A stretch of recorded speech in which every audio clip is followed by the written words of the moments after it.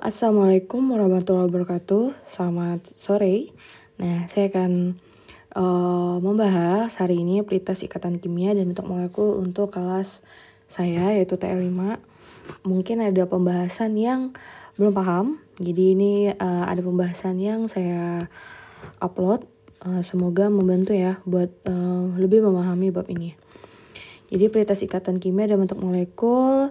Nomor 1, unsur X memiliki konfigurasi elektron 26. Kecenderungan unsur tersebut bila membentuk ion untuk berikatan dengan unsur lain adalah, perhatikan, dalam membentuk ion itu akan membentuk sifat kestabilan, yaitu kenapa sih dia harus membentuk ion? Karena dia akan membentuk kestabilan.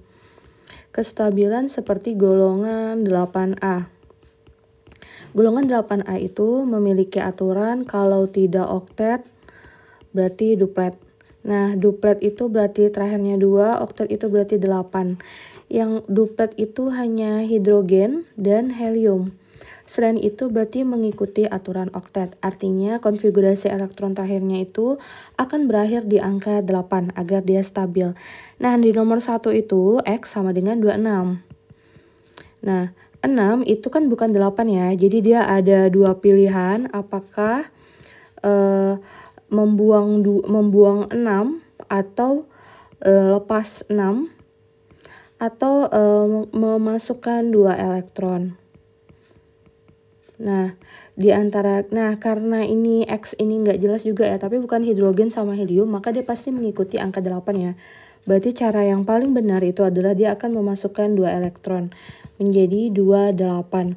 Nah, saat masuk 28 dia tidak akan X lagi, tapi karena dia memasukkan 2 elektron berarti menerima 2 elektron, di mana elektron itu muatannya negatif, maka dikasih keterangan di sini 2 min. Maka jawabannya adalah C. Seperti itu. Jadi yang kita perhatikan itu adalah ini ya, terakhir ya, ini yang kalian perhatikan. Seperti itu. Jadi kalau misalnya ada kalian dapat soal misalnya 26 atau ada soal kayak golongan, misalnya nomor 1 itu ada golongan suatu atom A itu golongannya adalah 3. Dia berada di golongan 3 misalnya. Berarti kalian nggak usah peduliin itu dia berada di konfigurasinya seperti apa. Berarti terakhirnya itu dia 3 elektron valensinya. Ingat, golongan juga menyatakan elektron valensi. Jadi kalau 3 itu berarti dia bakal kan harus pertimbangkan dia bakal lepas 3 atau dia harus masuk 5 elektron biar jadi 8. Jadi cari yang paling efisien. Pada kasus yang golongan A dengan termasuk dalam golongan 3, misalnya dia ada 3A, maka hal yang paling mudah untuk mencapai kestabilannya adalah dia akan masukkan 5A. 5 sama 3 ini kan lebih ringan 3 ya daripada 5, maka dia akan memilih cara ini. Lepas 3 elektron. Maka kalau untuk golongan 3A, unsur A tersebut akan membentuk berapa? Lepas 3 elektron, berarti akhirnya lebih kekurangan proton ya, maka A3+. Jadi seperti itu. Jadi kalau lihat konfigurasi boleh, lihat dari golongan juga boleh. Intinya dia harus mengikuti kestabilan dari golongan 8A. Itu nomor 1 ya. Lanjut nomor 2. Ada unsur P, Q, dan R, S, T. Nah, itu kalian akan memprediksi ikatan apa yang terjadi. Sebelumnya, kalian tuh harus ingat kalau dua definisi dari ion sama kovalen ini. Ion adalah ikatan yang terjadi karena apa?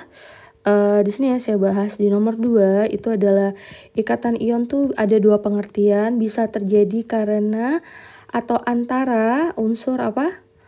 Logam sama non logam.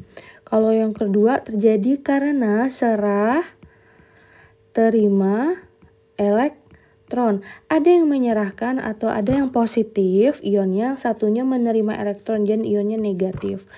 Nah, jadi ada 2 pengertian. Kalau kovalen itu adalah ikatan yang terjadi antara non logam dengan non logam, kemudian terjadi sama-sama memerlukan elektron. Nah, karena sama-sama memerlukan elektron, maka terjadi pemakaian bersama. Nah, seperti itu. Nah, untuk menentukan ikatan apa yang terjadi di antara unsur yang tidak diketahui seperti ini, maka tidak ada cara lain, yaitu kalian harus tahu dulu konfigurasinya. Maka P-nya 11 ya. Nah, kalau konfigurasi di bawah 20, itu lebih mudah menggunakan konfigurasi kulit. Berarti 281. Nah, 1 ini kan nggak stabil ya, berarti dia lebih suka melepas, berarti menjadi P+. Lepas 1 ya. Q sama dengan 2, berarti 282. Nah, 2 ini kan nggak stabil. Daripada dia tarik 6, berarti dia lebih bagus membuang 2 menjadi Q2+. Nah, R ini 284. Nah, kalau 284 berarti bisa buang 4, bisa masuk 4. Ini bisa buang, bisa masuk gitu. Terus S 287, maka dia lebih mudah mengambil 1 elektron biar jadi 8. Terus menjadi ini tuh bentuknya adalah S-. Kalau T 288. Nah, kalau 88 nih T pada umumnya nggak mau berikatan kecuali pada kondisi tertentu. Nah, kemudian pertanyaannya adalah ikatan apa yang terjadi ya kalau P sama T kejadian P sama T itu P plus dan T yang tidak mau berikatan karena stabil itu bukan kovalen. Tidak, salah. Kenapa? P ini kan 1, berarti P plus ya. Plus itu biasanya cenderung dimiliki oleh logam, kecuali hidrogen ya. Jadi ini nih logam. Ini logam, ini non, kemudian ini non logam. Jadi ini bukan kovalen. Ingat pengertian kovalen ya. Antara non logam sama-sama memerlukan elektron. Sementara pada P ini dia nggak memerlukan elektron, malah dia melepas elektron. Q sama R. Q dan R. Kalau Q sama R itu kovalen udah Q2+, dia melepas dan R 4-. Kalau dia jadian nih atau berikatan, maka dia akan membentuk gimana? Q4R2 atau Q2R. Ikatannya apa? Ini Q2R, salah ya. Ini harusnya Q2R ini jadinya ion. Terus QS. Q dan S ya. Ini Q berapa? Q itu 2+, terus S-nya 2-. Berarti kalau dia jadian, dia bakal menjadi Q-nya S-nya ini ya. Kemudian S-, berarti jadi Q S2. Dan dia karena satunya apa nih? Melepas elektron, satunya S-nya mengambil elektron, ini adalah ikatan ion. P sama S kalau jadian. P sama S bisa P plus tambah S min, betul PS, tapi bukan kovalen, tapi ion. S sama T. S sama T bukan ya nih. Dia kalau bukan ion ya, dia kalau membentuk itu kemungkinan besar bukan ion tapi kovalen. Jadi jawabannya adalah D. Nah, kemudian nomor 3, kelompok senyawa yang merupakan senyawa ion. Nah, ion kan kita pakai 2 pengertian ya. Pertama bisa dari 1, terdiri dari logam sama non logam. Yang nomor 2 adalah serah terima elektron. Tentu saja 2 pengertian ini nih pada kasus soal nomor 3 itu poin nomor 2 itu nggak bisa terlalu kita pakai, tapi kita bisa pakai dari poin nomor 1. Maka dari itu kalian harus tahu dulu siapa aja sih geng logam. Nah, di kelas saya udah ajarkan untuk menghafal siapa aja sih golongan logam. Di dalam tabel periodik logam itu adalah 1A, 2A, 3A, dan transisi. Nah, 1A ini silahkan hafalkan kecuali H, ini kecuali BE, yang ini kecuali kecuali boron. Ini kecuali boron. Nah, kecuali boron. Jadi perhatikan, nah ini kecualinya bukan ya. Nah, perhatikan. Jadi untuk konsep menentukan kelompok senyawa yang mana yang merupakan senyawa ion, kalian cukup aja cek bagian depannya. Nah ini, depannya aja. Bu, kenapa nggak cek belakangnya? Karena di dalam tata nama itu, tata nama senyawa di kelas 10 itu biasanya bagian belakang tuh pasti non-logam. Jadi di dalam tata nama itu cuma ada dua, depannya logam, non-logam. Yang satunya non-logam sama non-logam. Jadi biasanya tuh udah pasti belakang itu non-logam. Jadi kita nggak usah pikirkan. Tugas kalian itu adalah menghafal siapa aja sih geng-geng logam ini. Logam itu 1A, 2A, 3A, dan transisi. Ini wajib hafal. Nih, silahkan cari, buka lagi catatannya bagaimana cara menghafal cepat 1A, 2A, 3A. Nah, pada kasus nomor 1A, mana aja sih ion? Maka saya hanya mencari bagian depan aja, logam. 1A benar, Na2O. Na benar ya, logam. Kemudian K logam, C salah. C ini non-logam, karbon. H2, berarti H sama H jelas non-logam. Be kan udah saya tulis ya, pengecualian. CaCl betul, H hidrogen. Ingat hidrogen tuh pengecualian, set, berarti salah. Maka jawaban yang benar adalah E. Seperti itu. Nomor 4, senyawa kovalen yang bersifat polar adalah, nah perhatikan ini biasanya kita suka salah. Di dalam kovalen, itu penentuan polar itu ada dua kelas. Yang pertama ada kovalen polar dan non-polar. Polar itu artinya punya kutub. Kalau dia punya kutub positif atau negatif, maka kutub itu akan berfungsi untuk sifat kelarutannya dan listriknya. Nah, penentuan kovalen polar atau tidak itu terbagi menjadi dua kelas. Yang pertama terdiri dari senyawa tersebut, senyawanya terdiri dari 2 atom. Nah, hanya 2 atom aja dia, hitung. Maka kalau dia sejenis, contoh F2, O2. Nah, ada yang tidak sejenis. Tidak sejenis itu contohnya HI, HCl. Nah, yang mana yang polar? Saya oranye. Nah, yang polar itu adalah yang tidak sejenis. Ini polar. Jadi ini bersifat polar. Jadi kalau kalian dapat senyawa, kalian cek dulu. Kalau dia 2 atom, dia cek dia sejenis atau enggak sejenis. Kalau dia sejenis, dia itu non-polar. Jadi ini non-polar ya. Yang ini polar. Yuk kita cek. Ada nggak yang atomnya 2? Ada Bu, nomor B. B itu F2. F sama F. Maka dia pasti non-polar nih. Nomor 2 atau senyawa yang lebih dari senyawa yang terdiri dari 3 atom atau lebih. Maka melihatnya gimana? Digambar. Digambar. Kalau digambar itu cek jika ada pasangan elektron bebas maka dia polar. Nih, oke.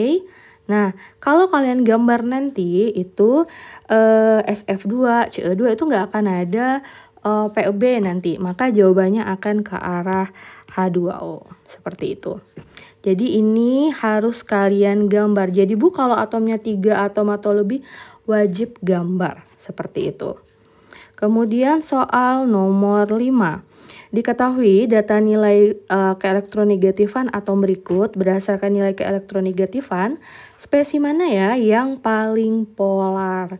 Nah, kalau ada suatu nilai itu yang paling polar yang mana, maka perhatikan dia punya selisih nilai elektronegatif paling besar.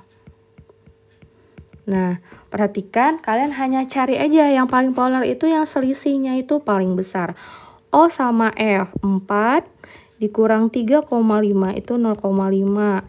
C sama F berarti 1,5 ya. F sama F dikurang 0. O sama Cl 3,5 dikurang 3. Bu, nilainya nggak minus ya? Nggak, pokoknya tuh selisih aja. Besar dikurang kecil. Jadi nggak ada nilai negatif ya. O sama Cl 3,5 sama 2,51. C sama Cl 3 dikurang 2,5 berarti 0,5. Mana yang paling besar? Yang paling besar adalah B. Nah, seperti itu. Kemudian soal nomor 6. Nah, di nomor 6 ini saya menuliskan beberapa bentuk. Jadi kalian akan melihat berbagai macam bentuk struktur Lewis itu dari yang bentuk model ion sama kovalen. Jadi kalian harus paham dulu sama konsep. Untuk mengerjakan nomor 6 ini, kalian harus membuat apa? Konfigurasinya dulu, yaitu P 15, buat dulu konfigurasi ya, 285. Kemudian 5 ini bukan 8, lebih bagus dia bakal masukin 3 elektron daripada dia harus membuang. Menjadi P3- ya. Terus Cl itu 17, berarti 287, berarti masukkan 1 elektron biar jadi 8, yaitu Cl-. Kemudian sama-sama memasukkan elektron, berarti keduanya sama-sama membutuhkan elektron. Karena dia sama-sama membutuhkan elektron, maka ini adalah ikatan apa? Kalau sama-sama membutuhkan elektron, ikatan kovalen. Nah, terus kita buat senyawanya dulu ya. Ketika dia membentuk senyawa, kita buat dulu P3- ditambah Cl- menjadi masuk PCl3.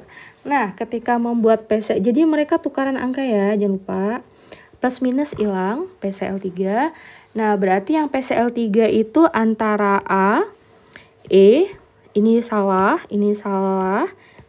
berarti tinggal A sama E. Nah, Bu, konfigurasi yang mana yang harus kami pilih?